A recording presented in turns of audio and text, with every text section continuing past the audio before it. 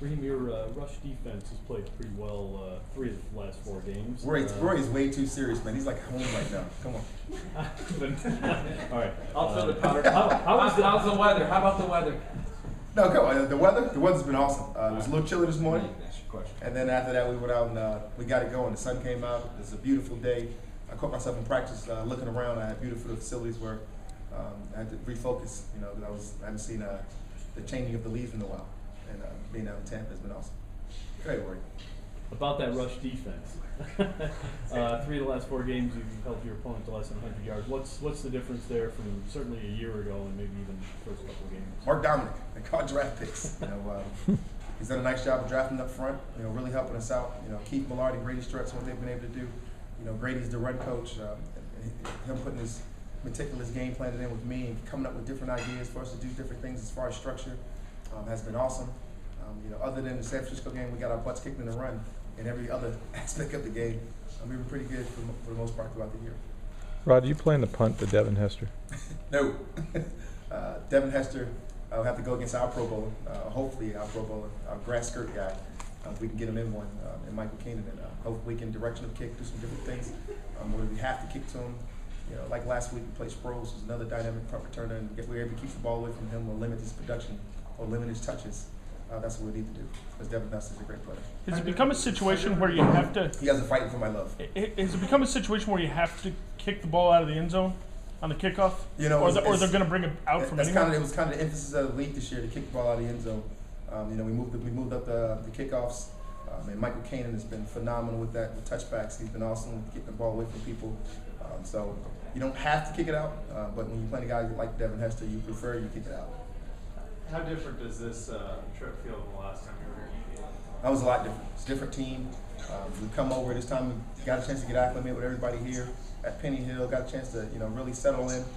You know, got a chance to really be around each other, be amongst family.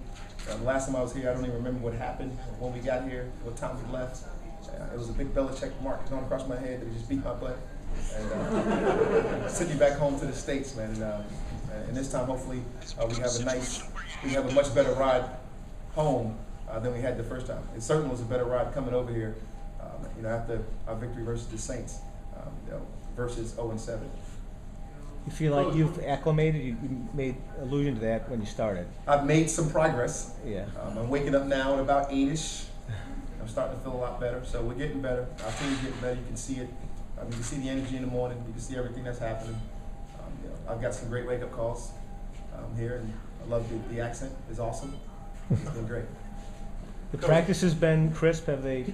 Practice has been, you know, just like at home. You know, for us, we're kind of a fun team to watch practice.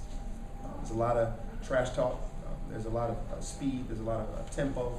These guys are young. They love to compete. So it's been awesome. It's been just like at home. It's been no difference in our preparation. You were practicing with some crowd noise out there today. Are you expecting crowd noise that you've not heard before in the States? There's 87,000 people at this game, and they were loud. I remember from that's one thing I do remember from last time. I remember it was like a gladiator-like experience, and we got to practice crowd noise with field goals, and we got to practice it with kickoffs because the people over here get really excited about those two aspects of our sport. So we had to practice with some crowd noise for our offense in order to be able to manage and get through it that way. Can you talk a little bit about being your own defensive coordinator? What kind of changes that makes in your approach as head coach and as coordinator? You know, it's fun. You know, the first time I came over, I wasn't. And when I had the ability to take over defensive coordinator, whatever week that was in 09, I really found my true calling as a head coach, or what I feel to be my calling right now. Not that I've a finished product by any means as a head coach. I still got a long way to go. There's a lot of great ones out there that I can learn from, and I learn stuff from people every week. So hopefully I can continue to get better in that aspect of my game and our game for our program. Coach, can you talk a bit about Ernest Graham and sort of what role you expect him to play this weekend, and how important it is to have a veteran like that being able to sort of step up if not kicked out? Well, his veteran leadership is, you can't even talk about. You can't even expound on it enough. But the fact that he's put himself in position this week again to be the lead dog guy for us as far as the tailback position. Him and Lumpkin are probably going to split the load. Look, Garrett Blunt was not in practice again today, so we don't know where he's going to be for the game. So we just have to go out and keep working. But he's prepared to be the lead dog guy again and take that on for us. We've seen him do it before. We've seen him do it for a season. We see him do it at different spats and different times of a year. And he is the best guy to do it for you because we call him Insurance Graham for a reason.